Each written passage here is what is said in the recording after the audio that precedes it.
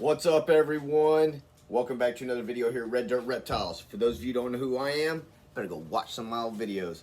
And for those of y'all joining us back, let's get right into it. So, this video, let's talk about enclosures. Look, everybody's going to have their own difference of opinion in how they're going to keep their animals, right? So, I can't necessarily say there's a right way, and I can't necessarily say there's a complete wrong way.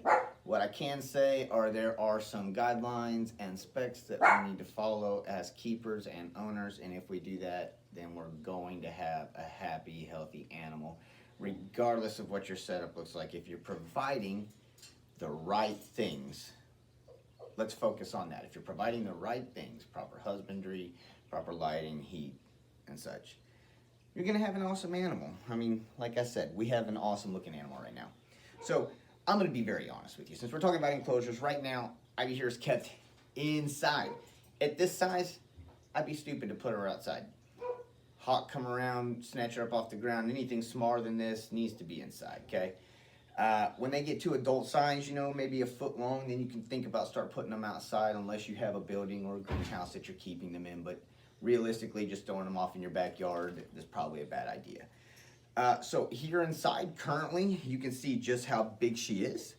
Onto my hand here, we currently keep her inside. So I'm gonna show you down here what I got going on. This is a 6 foot by 2 foot by 1 foot tall metal trough.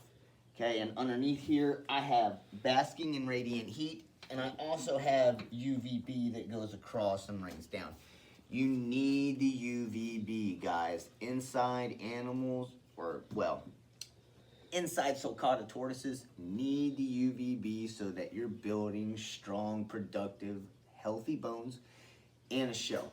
You also don't want to see your shell get deformed. You can watch the shells. If you've ever seen a tortoise that has a caved-in shell or their backs are real pointy or like mountainous, you're getting an animal that has a lack of UVB, UVA. And unfortunately, we can't provide the sun inside, but what we can provide is artificial sun, so UVB for sure. Another thing is the type of substrate. Now, everybody's going to be a little different, okay? I prefer to keep mine on a cypress mulch. I see a lot of people that do cypress mulch or eco earth, or hell, even topsoil and play sand, and that's cool. I found for Ivy, and every animal's different, every personality's different, but I found for Ivy that she prefers the cypress mulch, so that's what we go with. They need dry, hot, arid environments, but you need to keep humidity between 40 to 50%, so how the hell do you do that? You keep it hot, around 80 degrees, but you can mist all the time. So the easiest way I go about this right here, y'all, look, a little garden sprayer, get some pumps, pump it up. I'll just show you real quick. I do this twice a day, give it a nice little spray down. I want to coat the top of the substrate. Now I do want it to soak down just a little, but not a lot. What I'm trying to replicate here, and I'll spray her too because, you know, loves the moisture. What I'm trying to replicate here is a morning dew, okay? And I may do this twice a day, 3 times a day, just depending on how hot it is. But again, I'm trying to replicate a morning dew where they're living out in the wild. It's gonna have some sort of morning dew, some sort of morning moisture. And then humidity is gonna go through the roof because as it gets hotter throughout the day, it's gonna steam off. So the easiest thing is to provide them with like a burrow. What I've got going on here, she's got 3 different sections to get to. Ivy is just getting big enough where I'm going to have to upgrade her hide here, but she'll still have still get another probably year out of this before I upgrade her to something bigger.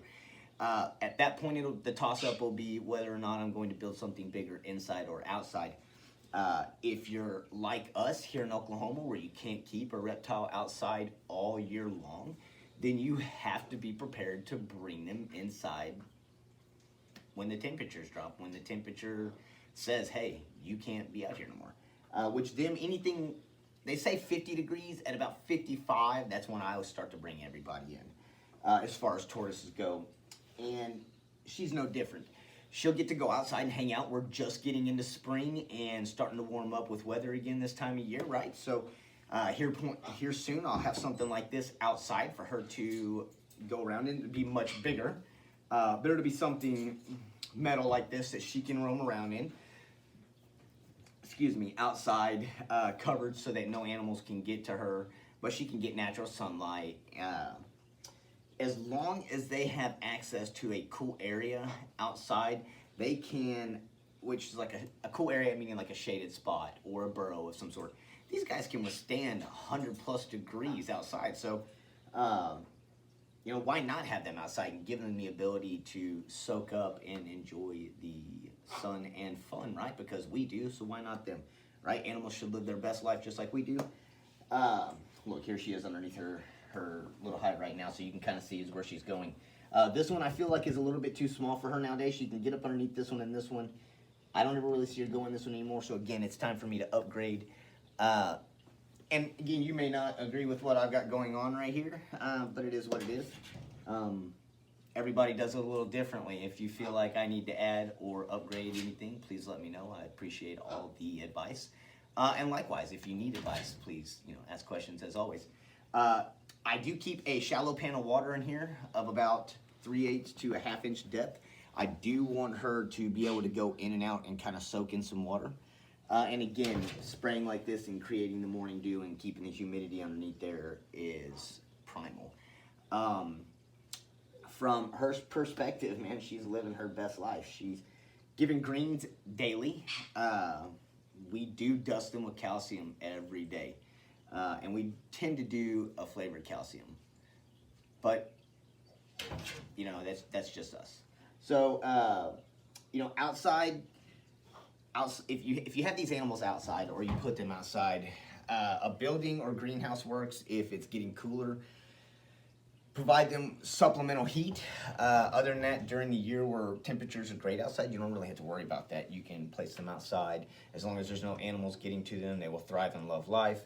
They're very active outside, want to run around quite a bit. But yeah, it's just one more reason to love this as a pet. Is you can let it run around your house, or you can let it run around your backyard, front yard, however you've got things going on. Take it to a park, set it down, let it walk around. There's never somebody out there who doesn't enjoy a tortoise. You know, getting to walk up and pet a tortoise is pretty fun. So, yeah, I appreciate it, and we'll talk to y'all in the next video. See you later. Hey, thanks for sticking with me through another video here at Red Dirt Reptiles. If y'all like what y'all are seeing, please make sure to like, subscribe, and share. Lets me know I'm doing good, and I'll continue to put out awesome videos for y'all. Hope to see you around on the next one. Thanks again.